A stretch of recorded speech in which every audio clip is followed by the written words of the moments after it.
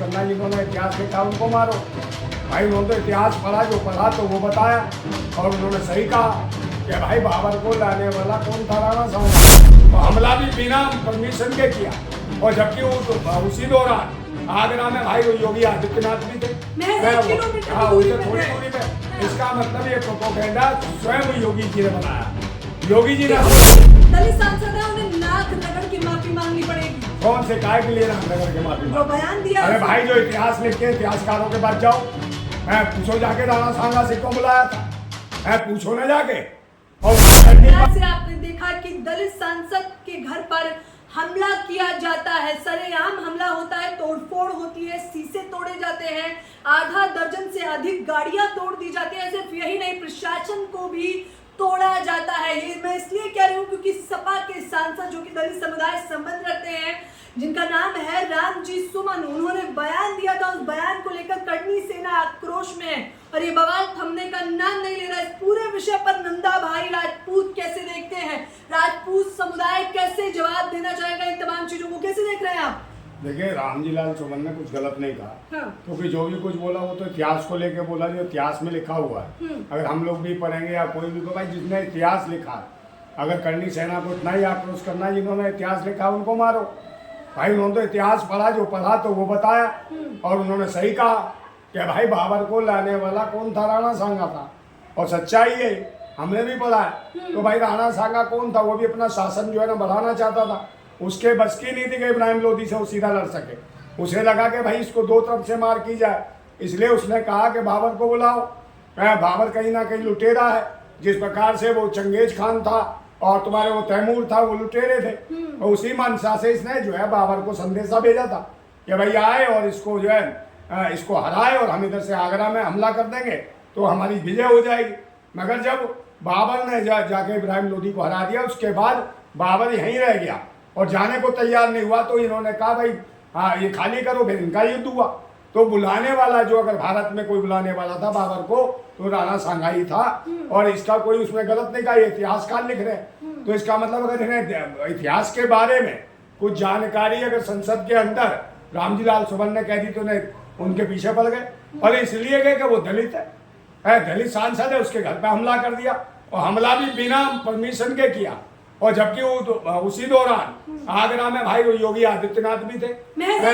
हाँ, उनसे थोड़ी दूरी पे। हाँ। इसका मतलब ये प्रोपेगेंडा स्वयं योगी जी ने बनाया, योगी जी ने हमला करवाया।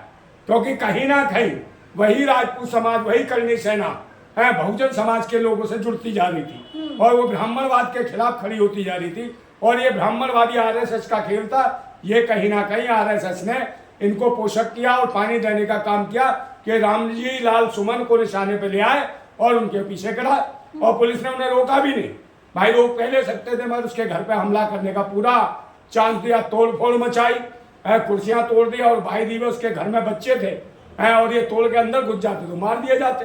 तो ये आंदोलन था या उपद्रव था?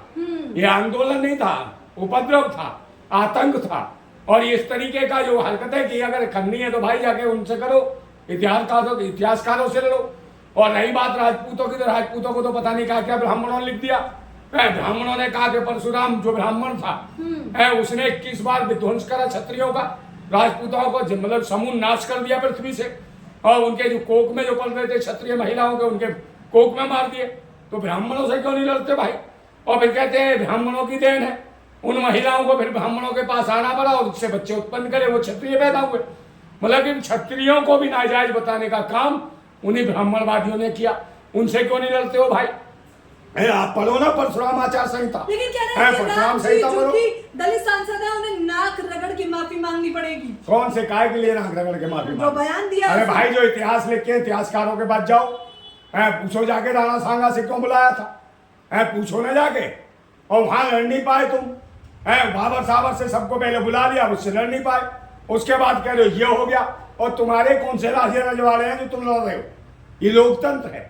पहले राजशाही थी, राजा अपने अपने विस्तार के लिए अपने अपने क्षेत्रों को बढ़ाने के लिए काम करते थे। तब तो कोई हिंदू मुसलमान नहीं था, कोई जात पात नहीं थी। और यही दलित और पिछड़े समाज के लोग कहीं ना कहीं इनकी सेना का हिस्सा होते थे। आप उन्हीं को आप गरिया रहे हो, उन्हीं को मार रहे हो। राजा भी जब तक रहे, राजपूत समाज का शासन भी जब तक चला, जब तक वो प्रजा के हित में कार्य करते रहे, दलित वंचित शोषितों को साथ लेके, प्रजा को साथ लेके चले, वो राजे रजवाड़े में रहे, राजा रहे, जमींदार रहे। और जब से धर्म के पाखंडी आए और पाखंडियों को आपने वरीयता दी, उनको अपने साथ जोड़ लिया, उन्हीं पाखंडियों ने राजपूतों के सारे जो भी था, चाहे राजपाट थे चाहे उनके जमींदारी थी, सब छिनवाने का काम इन्हीं ब्राह्मणवादी मानसिकता आरएसएस के लोगों ने किया। ये इतिहास पढ़ने की जरूरत है राजपूतों को। बताइए, पूरे तमाम सांसदों ने, चाहे वो डिम्पल यादव हो, अखिलेश यादव हो, पल्लवी पटेल हो, चंद्रशेखर यादव हो, तमाम लोगों ने टीका टिप्पणी करी है। लेकिन जिस प्रकार से करनी सेना कह रही है कि जूतों की माला पहनाएंगे और कालिक पोत देंगे, कालिक पोत ने भाई, इनकी एक गलत फहमी है, वो पढ़ना चाहिए। और पढ़े लिखे होंगे तो उन्हें भी इतिहास पढ़ना चाहिए कि भाई किसने लिखा, कौन इतिहासकार लिख गए हैं। तो इतिहासकारों को आप लड़ो ना, उनने तो बेचारे ने वही बोला जो पढ़ा। और ब्राह्मण को इतिहास सुनाता तो उसको जो मर्जी मान ले। तो ब्राह्मण आपको ये भी कह दे ना जाए जो हमसे पैदा, फलाने ऋषि ने पैदा नहीं कर दिया, वो ब्राह्मण ऋषि थे, इन्होंने पैदा कर, उसको तो अपना पूजनीय मान लो है। और वही आपका शोषण करा रहा है, वही आपके अधिकार छीन रहा है। शासन सत्ता में, सिस्टम में सब ब्राह्मण बैठा हुआ। और जो राजपूत चिल्ला रहे, बताओ ना सुप्रीम कोर्ट में कितने जज है तुम्हारे, हैं वहां पे गिनती करो ना तुम्हारे कितने। और दलितों का बता दो कितना, पिछड़ों के कितने, राजपूतों के बताओ कितने। मैं तुम में से किसी के नहीं होंगे, मैं तुम सबको लड़वाने का काम आरएसएस ब्राह्मणवादी मानसिकता के लोग कर रहे हैं, जो हिंदू राष्ट्र के नाम पर ब्राह्मण राष्ट्र बनाना चाहते हैं। ये ब्राह्मण राष्ट्र की एक उपज है। और योगी तो उनका एक वो है, प्यादा है, और वो आरएसएस के इशारे पे चल रहा है योगी। और खुद स्वयं योगी होते हुए आगरा में और इस प्रकार का उपद्रव कराया, बिना परमिशन के ये करा है। इन्होंने आंदोलन, हमला किया। तो ये कहीं ना कहीं आरएसएस की एक सोची समझी रणनीति है। उसके लिए आंदोलन, ये आंदोलन ही उनको मारने और पीटने का काम किया गया है। ये कहीं ना कहीं जान बची है। और जब सांसद के साथ ऐसा माहौल पहले तैयार किया जाएगा, सांसद को बर्बाद करने की किया जाएगा, तो भाई कौन चुप रहेगा? आम आदमी कहाँ सुरक्षित है? कोई सुरक्षित बचेगा कोई इस देश के अंदर? कोई नहीं। बस धर्म मजहब के नाम पर आप हिंदू राष्ट्र नहीं है, वैदिक राष्ट्र नहीं है, और आर्यव्रत नहीं है, और तुम्हारा सनातन नहीं है। सिर्फ हिंदू राष्ट्र के नारे लगाए जा रहे। हिंदू राष्ट्र के नाम पे कौन मर रहा है? दलित, पिछड़ा, राजपूत, ये लोग मर रहे हैं। और शासन कर रहा है हर जगह। हर जगह सेकुलर बन जाएगा ब्राह्मण, हर जगह कट्टर बन जाएगा ब्राह्मण, हर जगह मुसलमानों का सहयोगी बन जाएगा ब्राह्मण, तब बन जाएगा गंगा यमुना तहजीब का है। तो ये सब ब्राह्मणवाद जो है ना, आरएसएस ने उपजा रखा है। और ये आरएसएस ही है जो अब कई राजपूत जाग रहा था, जो बहुजन समाज के साथ चल रहा था, उसको कहीं ना कहीं आरएसएस ने और योगी के माध्यम से जिस प्रकार का उपद्रव कराया। बताओ किससे विरोध करा रहे? कौन सा ब्राह्मण विरोध कर रहा है मूंछ रखने का? कौन सा ब्राह्मण विरोध करता है घोड़ी पे चढ़ने का? कौन कर रहा? तुमसे कराया जाता है, तुम्हें बुराया बनाया जाता है। और तुम्हें बुरा बना के इसलिए बुरा बनाया जाता है ताकि तुम सत्ता और शासन में इस देश के हुक्मरान ना बन सको। और जिसने भी इन दलित पिछड़ों की आवाज उठा के जो चला, चाहे राजपूत कोई भी ना हो, वो शासन किया है। उसका जीता जागता उदाहरण है बीपी सिंह, विश्वनाथ प्रताप सिंह, जिन्होंने दलितों, पिछड़ों और मुसलमानों की आवाज उठाई। वो पहला प्रधानमंत्री बना राजपूत समाज का। आप मुझे बताओ, इन ब्राह्मणवादी आरएसएस के लोगों ने तुम्हारे लोगों को कितना प्रधानमंत्री बनाने के लिए काम किया? जबकि प्रधानमंत्री बीपी सिंह जो राजपूत था, उसकी सरकार को गिराने का काम भी इसे भाजपा और आरएसएस के लोगों ने किया। ये कह रहे हैं अखिलेश यादव की तो ईंट से ईंट बजा देंगे और याद दिला देंगे नानी। बताइए क्या है भाई, उसके तो सत्ता में नहीं है। 27 में याद दिला देंगे भाई। 27 में क्या याद दिलाएंगे? वो आपका वोट तो वैसे ही अखिलेश यादव को नहीं पड़ता। वो सब ऐसे ही जय जय श्री राम कर रहे हो तुम, और तुम्हारे कोई स्थान नहीं कहीं। बताओ तुम कितने हो राम मंदिर में? तुम बता दो क्या है तुम राम मंदिर में? कौन से ट्रस्ट में हो धर्म के में? आरएसएस में कितनी भागीदारी है तुम्हारी? बता दो। सारे तो ब्राह्मण है उसमें। तुम्हारी औकात नहीं है। तुम्हें लड़ाया जा रहा सबको आपस में, और आपस में लड़ा के देश को बेचा जा रहा। जिसका देश होगा उसको दर्द होगा। बताइए, आप क्षत्रिय और राजपूत तो खुद जो है उनके घर पर गया, हमला किया, तो क्या आप उन लोगों के, जो लोगों ने हमला किया? यार हम भी तो राजपूत है, मैं क्या झूठ बोल रहा हूँ? मैं इतिहास पढ़ो ना। आप इतिहास पढ़ो, जो इतिहास में लिखा वही तो सत्य है। कि रामजी लाल सुमन को क्यों निशाना बना रहे हो? जिन्होंने इतिहास लिखा है उनको मारो ना। ज्यादा ही बोले क्षत्रिय हो तो इतिहास लिखने वाले कौन है? ब्राह्मण है। ब्राह्मणों ने तो लिखा के बाबर को बुलाया, किसने बुलाया? राणा सांगा ने। तो उसको पूछो ना ब्राह्मणों ने क्यों लिखा है? पूर्वजों का अपमान कर रहे हैं। हाँ, तो पूर्वजों का अपमान तो उन्होंने करा जो लिखा है। आप मुझे बताओ, ये तो यही है कि दलित अगर बेचारा पढ़ लिख गया, उसने इतिहास को बोल दिया तो उसको मानने चल दोगे तुम? है तो ये क्या है? आप दलित विरोधी हो। है गरीब विरोधी हो तो काहे के राजपूत हो? राजपूत वो है जो गरीबों की, सोचतों की, वंचितों की रक्षा करता हो। जो रक्षक हो वही राजा बनने का गुण रखता है, अन्यथा लड़ते रहो। ये उठाए गिरा और लुच्चा लफंगा गिरी जो करनी सेना से तुम्हें कराया जा रहा है, ये आपकी छवि को खराब किया जा रहा है राजपूतों की। इससे सावधान रहे सभी राजपूत। अगर शासन और सत्ता में भागीदार बनना है या हुक्मरान बनना है तो सबको लेके साथ चलो। हर समाज, हर कौम, हर धर्म के लोगों को राजा वही बनता है जो हर प्रजा के हक में सोचता है, सबको साथ लेके चलता है। देख लेना। बताइए, अखिलेश यादव कह रहे हैं कि ये सोची समझी साजिश के तहत हुआ और साजिश है सीएम योगी आदित्यनाथ की।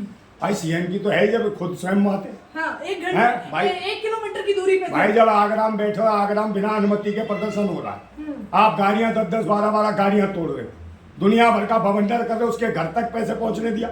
एक सांसद के घर आप देख रहे हो उपद्रवी भीड़ आ रही है, डंडे ला रही है, तलवार ला रही है, भाले ला रही है, और बिल्डोजर देखो, मशीनें देखो। भाई बिल्डोजर कौन, ये कौन सी राजशाही है? ये गुंडागर्दी नहीं है।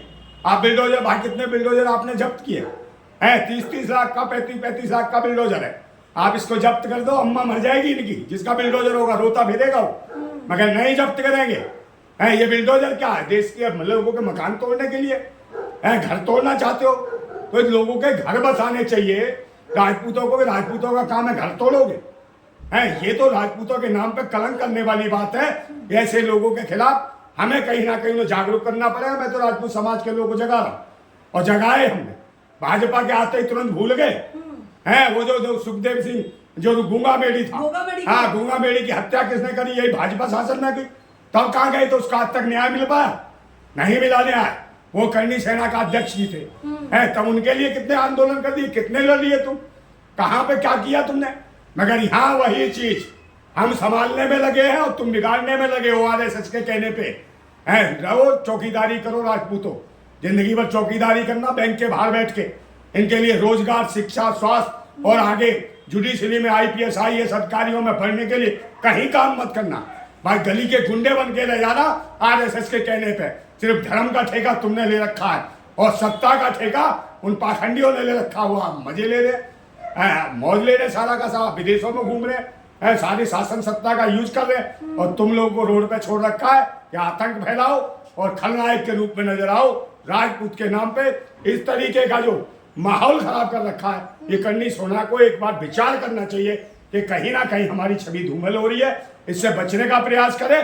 और ये जो देश है वो अम्बेडकर जी के संविधान से चलता, बाबा साहब के है। कोई राजशाही नहीं है, राजाओं की लड़ाई नहीं है। आज लोकशाही है, लोकतंत्र है, जनता का जो वो है पूरा अधिकार, और जनता को लेके साथ चलोगे तभी शासन कर पाओगे, अन्यथा ज्यादा दिन नहीं चलोगे। इस तरीके से दूसरे के इशारे पे मोहरा बन के काम करोगे तो एक दिन हमारा जो विनाश हो जाएगा और हम आगे नहीं बढ़ पाएंगे। ये सोचने का विषय है। और मैं फिर कह रहा हूँ कि देश संविधान से चलेगा, और जो संविधान विरोधी है हम उसके विरोधी हैं, और हम पूरे के पूरे विरोधी हैं। हम रक्षा करेंगे हर समाज, हर कौम की, समझे? हम क्या है, मंडलवादी लोग हैं, कमंडलवादी लोग नहीं है। कमंडल के चक्कर में पड़ोगे तो सब कुछ खराब हो जाएगा तुम्हारा। जो स्थितियां है आज, जो तू हो रही है, लोग रो रहे हैं, कह रहे हैं ये क्या कर दिया। तो इस तरीके से किसी के घर पे हमला करना, अगर आगे जाके कोई तुम्हारे घरों पे हमला करे, इस प्रकार की हरकतें करे, तो ये तो ठीक नहीं है। जो सच्चाई है, जो इतिहास में लिखा उसने बोल दिया, तो क्या गलत बोल दिया? आपने लड़ना है तो इतिहासकारों से लड़ो। किसकी जाति के इतिहासकार थे जो लिखे गए हैं, उनसे लड़ो, उनसे सवाल पूछो। एक गरीब ने जो पढ़ा या किसी दलित ने पढ़ा, जो इतिहास में जो पढ़ा उसने बोल दिया कि इतिहास में लिखा, आपको वो बुरा लग गया। मतलब ये तो वही बात हुई तानाशाही कि कोई आदमी पढ़ ले तो उसको पढ़ने का भी अधिकार नहीं है, और किसी ने मंत्र पढ़ दिया तो उसकी जुबान काट दो। तो ये कौन सिखा रहा है? ये आरएसएस सिखा रही है। आप आरएसएस से बचो नहीं, एक दिन राजपूतों की मुंडियां कटवाने का काम करेगी आरएसएस, ये ध्यान रखना। बताइए नंदा भाई, राजपूत ने जिस प्रकार से बोला है चौंकाने वाला रहा, मेरे लिए सुनना भी बेहद शानदार रहा। जिस प्रकार से उन्होंने क्षत्रिय समाज और राजपूत